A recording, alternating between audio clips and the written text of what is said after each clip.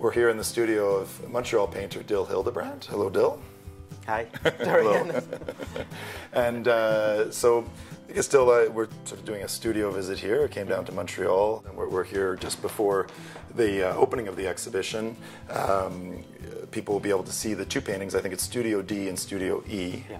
And they're paintings of your studio. And one of them, yeah, when I walked in, I noticed the stairs. I noticed the loft. Did you build the loft? I did, yeah. Yeah.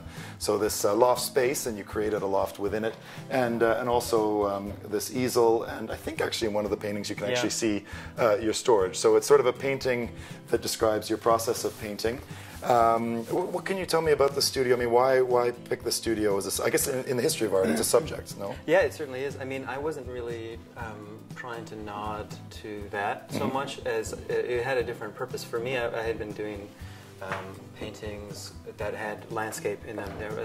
I sort of came from a landscape painting background, and so I was doing that for a number of years, and I think I just came to a point where I wanted to just get rid of it. I don't know, I felt like it was just something that I was sort of leaning on because it was comfortable, and maybe I just got tired of it, and I just wanted, I mean, the thing is, I wanted to get rid of it, but I had to replace it with something, and so at the time I was still very interested in using photography in my paintings, and so it seemed natural to me to move towards architecture, and you know, the most obvious choice for me to make that transition was just to use the shots at the studio, because it was where I was, you know. So and also I had a sort of a reference to the paintings themselves, because the paintings are made here. For me, the studio represents possibility, and so anything. And so in that respect, I think of in those paintings, Studio D and Studio E, one of the connections I make with the studio is that it kind of represents white space, because you know it's the beginning, it's where something is going to happen, but you don't know what. The paintings that are in Builders, and this painting here is from the same series. In a sense, the photograph that I rendered into it is sort of in the background, very much like a backdrop. If you go to a theater production, or even if you go to a set, you know, for a movie or a TV show, oftentimes they'll have a backdrop hanging behind. Right. And then, for me, the photograph functions in the same kind of way. I mean, it's rendered in this kind of blur so that optically it sits back there, and then you know, these sort of florid colors that sort of streak down on the surface. I mean, it's all of course on the surface, but I mean, optically it sits further forward, all those colors, and that for me, I mean, is kind of like very much like drapery.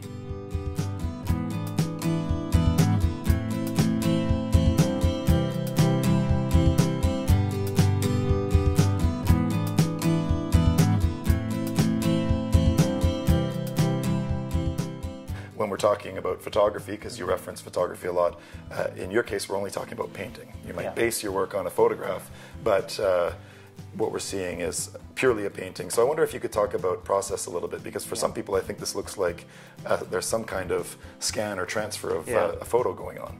Yeah, and so no, there isn't any of that. It's all paint on there. So I mean, what I would do in this case is I'd take an image and then just trace it out by hand and start painting it. I mean, the real thing is to match the colors that I see here, and so there's a lot of trial and error, and it's just a matter of working through the problem of matching the colors. And outside of that, there's also a matter of blurring the edges of everything.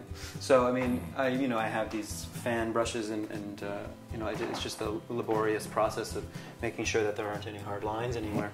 And in this way, you know, with the blurs sort of fuzzing everything away, then ultimately the image sits in the back.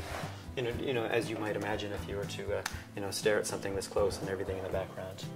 You know, it's funny though, because you know, if you're staring at your hand and everything in the background is fuzzy, it's not the same kind of fuzziness that you get in a photograph. You know, where the depth of field has this focused and everything is there's a very photographic kind of blur there. Yeah. Whereas, you know, when you're actually sort of experiencing that kind of depth of field with your own eyes, it's not really quite the same. And so that's kind of why I constantly make reference to the photograph, because this isn't a natural kind of blur. It's very much tied to the technology of photography. Studio D and Studio E, as you've explained, are about the studio as a place of potential, and we see that in your work, and I think you're offering a lot for those that will come to see it. So thank you very much for your time today and letting us into your workspace. Thanks.